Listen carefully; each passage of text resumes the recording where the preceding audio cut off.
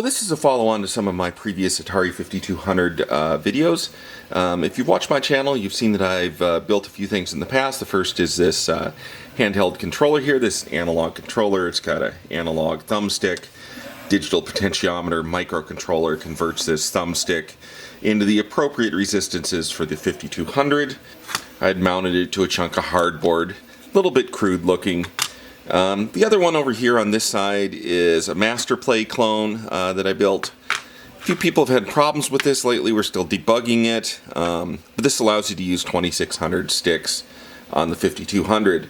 So this video is not going to be about electronics at all. It's just going to be about cases. And, you know, a few exciting things. The first is that a forum user, Rayek, on the Atari Age forum sent me some of these nice laser cut acrylics to go with the Masterplay adapter.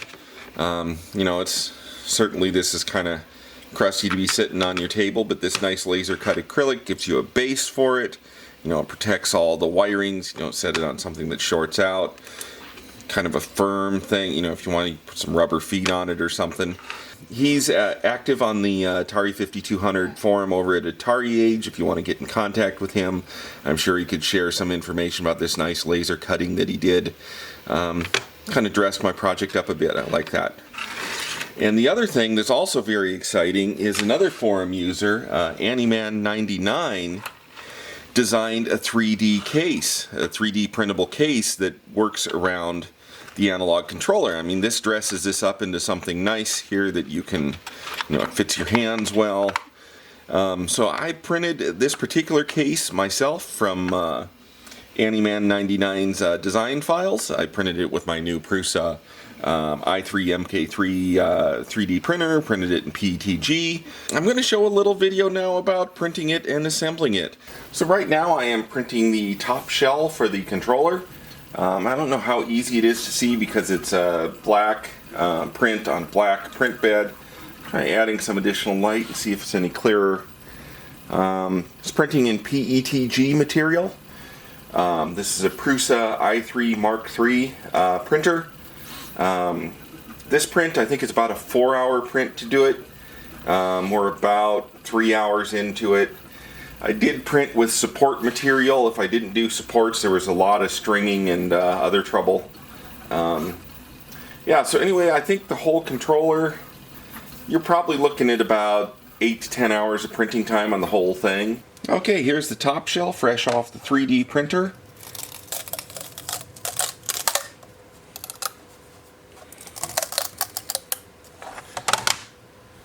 Support material stuck on there pretty good. Get it loose.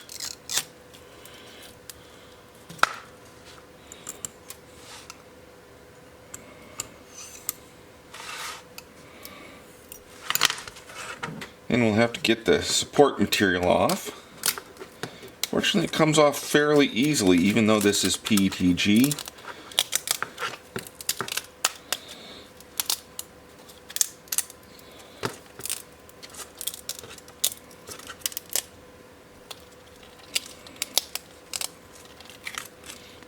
Has left some rough edges that I'll have to touch up with my knife. Okay, I think that's about as good as I can get it for now. I might at some point try heat smoothing this with a heat gun to see if I can take off, you know, that little bit that's left from the support material. It's kind of an issue using supports with PETG, as they don't really come off that well. So it's about time to put this together. So I've got top half, a bottom half, and a pile of buttons. Okay, I put all of the buttons in place face down. Kind of line things up. So now all we have to do is put in the circuit board and then screw it into place. So just like so. Next step is to add the back cover.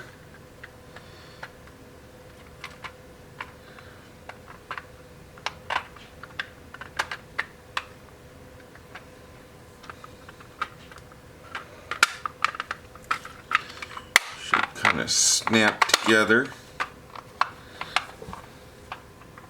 Oops. circuit board has got itself askew. Make sure that's all lined up right.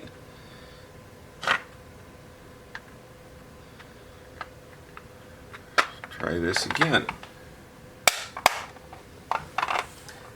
There, I think it's snapped together. Just need to put the screws in.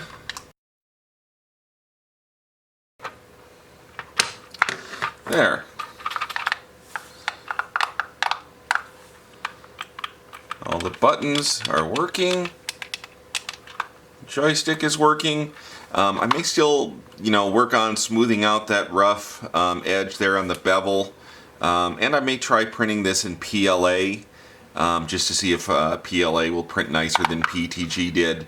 So yeah, this is very cool, and a big thank you for designing this case. I was able to print this case for my controller without any issue at all. Now let's try it out. So I had to make one unfortunate modification to the case, and that has to do with my extension cable. So the extension cable, it had come with this end on it, and I've cut it off and put this nicer metal end with the screw terminals and stuff that holds it on well.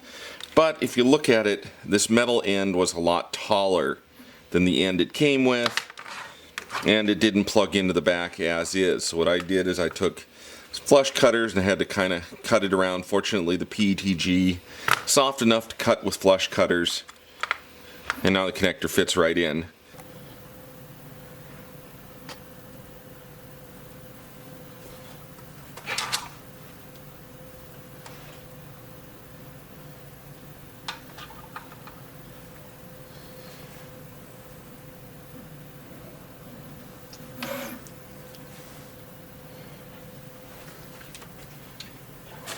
Okay, let's try out the new controller. So here it is.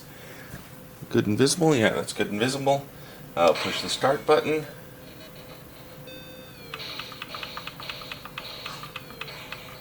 Scalaxian, it's working great.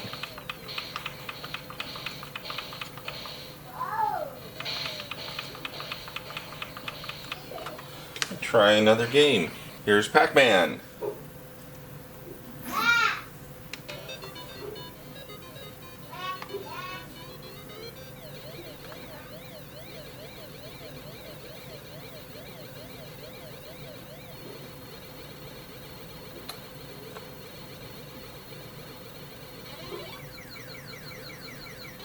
Yeah, so the controller's working really great. It's easy to hold in my hand, comfortable, perfect. So finally, if you are interested in building either of these two projects, I do still have spare PC boards for both the analog controller and the Master Play, and some of my other 5200 stuff. You can get a hold of me on the Atari Age Forum. You can get a hold of me on YouTube. I even have some of these boards up on eBay right now. I do only sell bare boards. I don't sell assembled controllers or anything like that, so just the PC board, and you've got to build the thing yourself. Thank you for watching my video. Please visit my website at www.smbaker.com for more electronics projects and sandrail stuff. Bye.